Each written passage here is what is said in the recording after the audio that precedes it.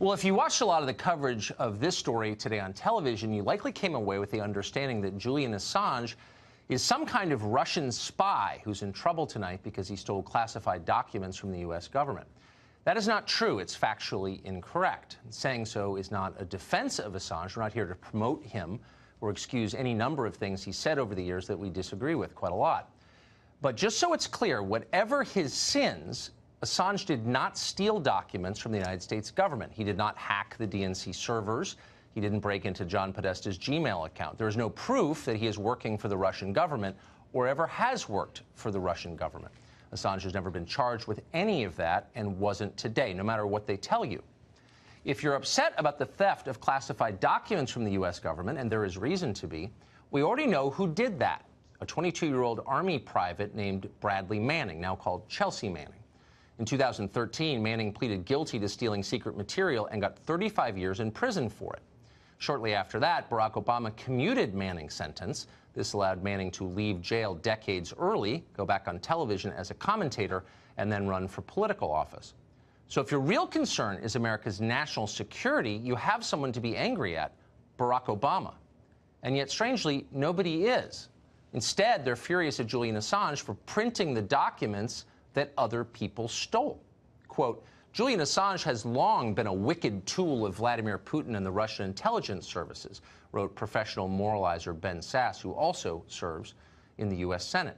He deserves to spend the rest of his life in prison. Wicked? The rest of his life in prison? Idi Amin ate people and never faced this kind of scorn.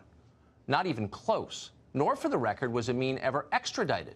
He died at 78 years old in his own bed, leaving behind 43 loving children. So what's going on here? A couple of things. First, Julian Assange embarrassed virtually everyone in power in Washington. He published documents that undermined the official story on the Iraq War and Afghanistan. He got Debbie Wasserman Schultz fired from the DNC. He humiliated Hillary Clinton by showing that the Democratic primaries were, in fact, rigged. Pretty much everyone in Washington has reason to hate Julian Assange. Rather than just admit that straightforwardly, he made us look like buffoons, so now we're sending him to prison. Instead, they're denouncing him as, you guessed it, a Russian agent. Watch Senator Richard Blumenthal explain. Justice should come to Julian Assange for his role in Russian meddling in our election, and the sooner the better. Okay, so once again, just to be totally clear, no one has ever shown that Julian Assange is a Russian agent. The indictment against him today does not say that. It doesn't mention Russia at all. But that has not stopped virtually every politician in Washington from repeating Senator Blumenthal's line, including many Republicans. Robert Mueller nearly killed the Russia collusion hoax. Julian Assange is allowing them to keep it alive. You'd think journalists would say something about this. Assange is, after all, one of them. What do you call a man who publishes news for a living? Assange is no sleazier than many journalists in Washington. He's definitely not more anti-American. He's broken stories the New York Times would have won Pulitzers for. And yet many of his colleagues have disowned him. Oh, please, wrote Alexia Campbell of Vox. Assange is no journalist. We know who he works for, meaning Russia. Julian Assange is not a journalist, explained Jelani Cobb of The New Yorker without actually explaining. Ken Delanian of NBC, who doesn't so much cover the national security state as write memos on its behalf, noted that, quote, many believe that if Assange ever was a journalist, those days ended a long time ago.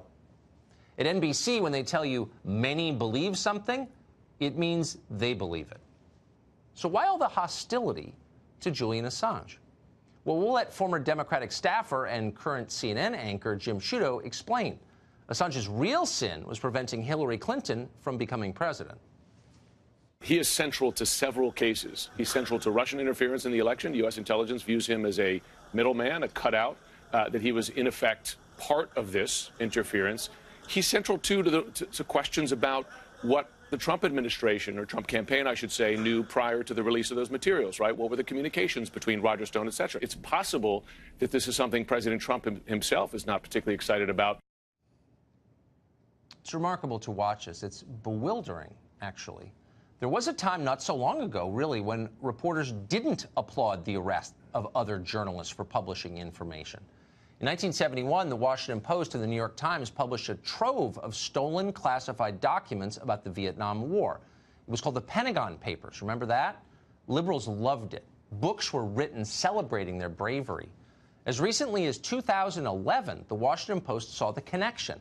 Quote, a conviction of Julian Assange would also cause collateral damage to American media freedoms, a Post op-ed said that year. Quote, it is difficult to distinguish Assange or WikiLeaks from the Washington Post.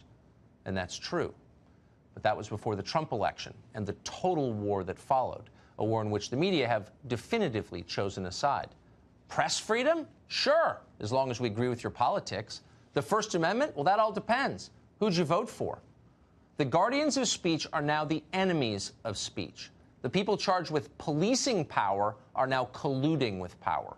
There's a reason you see John Brennan on NBC all the time. They're all in the same team now. We're not saying any of this to defend Julian Assange. We just want to be absolutely clear about who hurts this country more, and it's not him.